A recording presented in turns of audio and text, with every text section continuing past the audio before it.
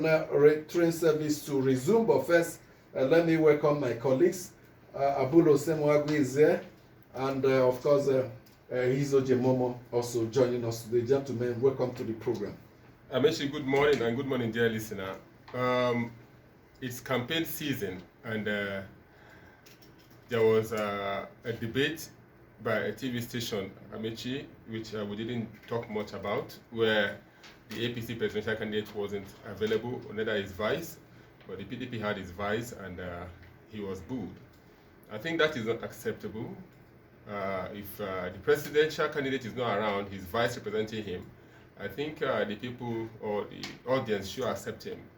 And moreover, there is a saying in the Bible, I'm a Christian, that says faith cometh by hearing, and hearing, and your faith grows when you keep hearing the word.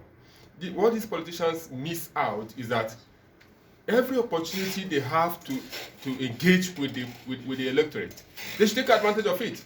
Because we want to keep hearing what you want to say.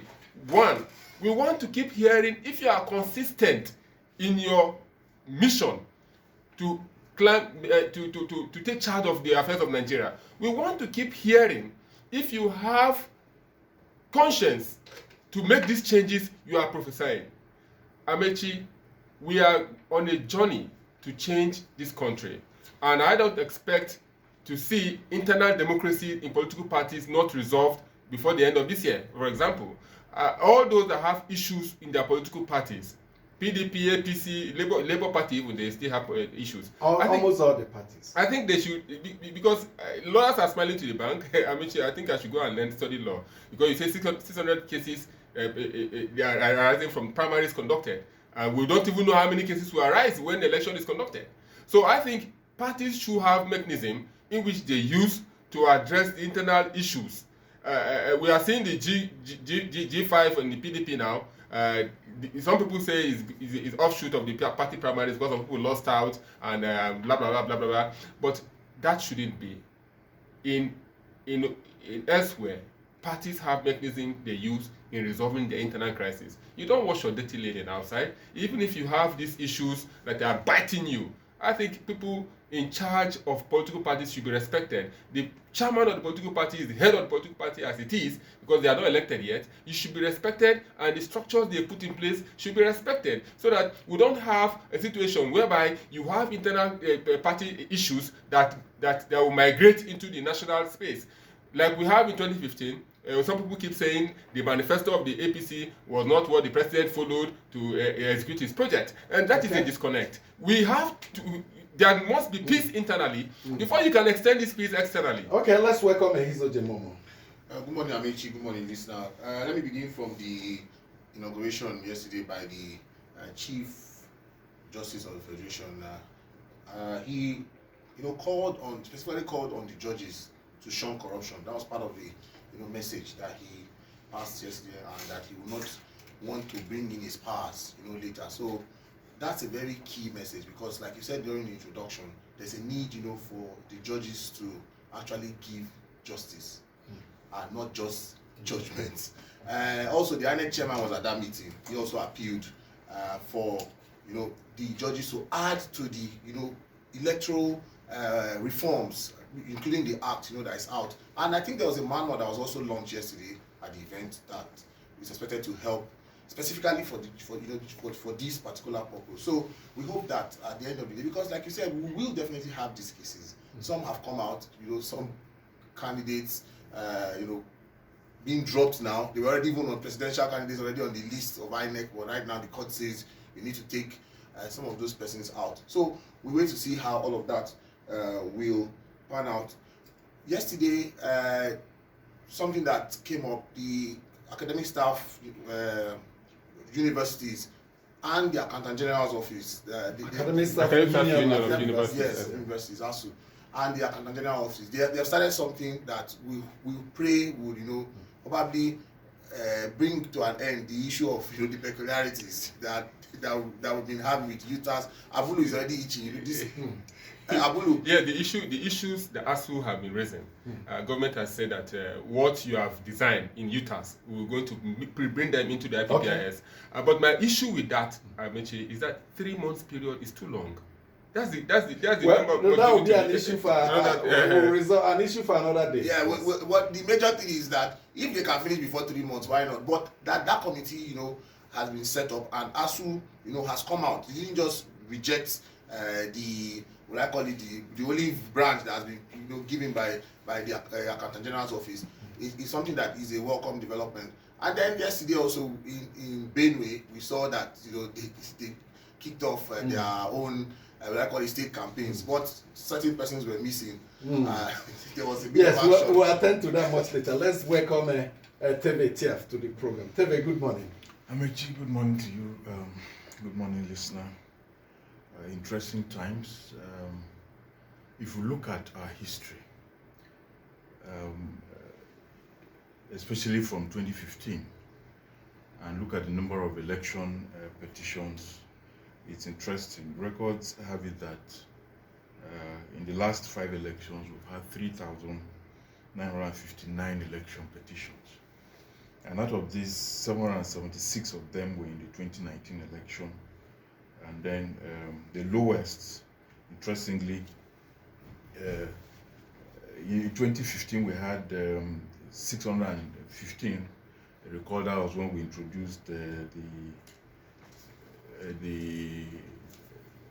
what's that thing called now? I'm almost card reader. The card reader. The card reader. That's 2015 election. Yes, 2015 election. Interestingly, 2003 from the records had the lowest number of petitions, from the Fourth Republic. So it points to something. It points definitely to something. Don't forget, we're having a new electoral act, and a lot of things have been introduced, moving forward. But then most of us are also looking at how some of most of the issues, because new issues will definitely emerge from the elections, and those will be tested, as it were. For instance, the issue of overvoting. For many, the decision in the Osun governorship election will set a tone as to how most of these petitions will eventually turn out, because there are issues of vote buying has been brought to the tribunal, and all of that. So we'll look at how all of that will eventually. But I thought the Electoral Act has settled the issue of overvoting. We won't say politicians, you can't take that away from them. They will look for ways. In the case of the Jos North Bassa federal constituency, for instance, a by-election that was held after the Electoral Act, it came into being. Today, the Court of Appeal has declared that the PRP candidate is a man that actually won the election, based on this issue of overvoting, deducting of votes here and there, and all of that. An issue also came up with the chairmanship election in Abuja municipal, area. So was that one conducted after the new electoral act came into being? No, it wasn't conducted after, so it could not necessarily apply to it. So a lot of these new issues will be thrown up, and we've also seen the Supreme Court, has also already set precedents on even some of the pre-election issues, as to who should be a candidate, whether a party, can conduct a primaries at a particular venue, or whether INEC.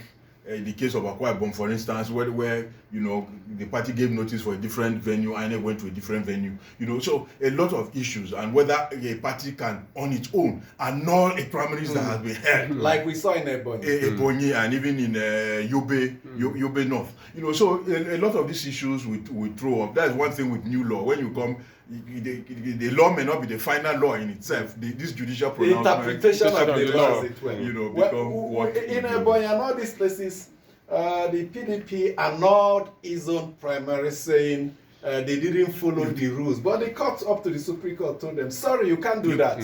Once a return has been made, a return has been made. So a situation where parties, because you control the party, you hold a primary, some other person wins, you say, I cancel it, you don't have the power. You know, that's the reason why Wike can also tell the national chairman of the PDP off. He said, look, if you dare Otom that Otom should not be a candidate in the dare any PDP candidate that cannot be a candidate in 2019, because he knows that these issues have been settled. That once the primary has been held, has been said and submitted, names published, only death. Nobody. Only death. Oh, nobody. And a court of law. Or the candidate himself says, I don't want it. That is the issue with Ahmed Lawati in Yobe. The party, even though the party is supreme, the party cannot overturn that because it's already settled. Yes. He didn't attend the primaries. He was there trying to be president. And same applies to Otom. No matter the quarrel, IU cannot turn any candidate that is already established to say that, except if you have established, or maybe there's the issue of death or incapacitated. There are two issues. Pepe said it. Either the candidate dies or the candidate himself on his own resigns. Even at that, Yes. the issue of the candidate withdrawing, you have to be 90 days Before the the election. election. The candidate cannot withdraw 90 days. Look at what is happening in Axis. ADC, African Democratic Congress. The chairman, the party suspended the presidential candidate, Kachuku. But INEC told them, sorry, whatever you do, he's a candidate. So these are some of the strengths of the Electoral Act that has taken the powers away. We continue to reform the laws.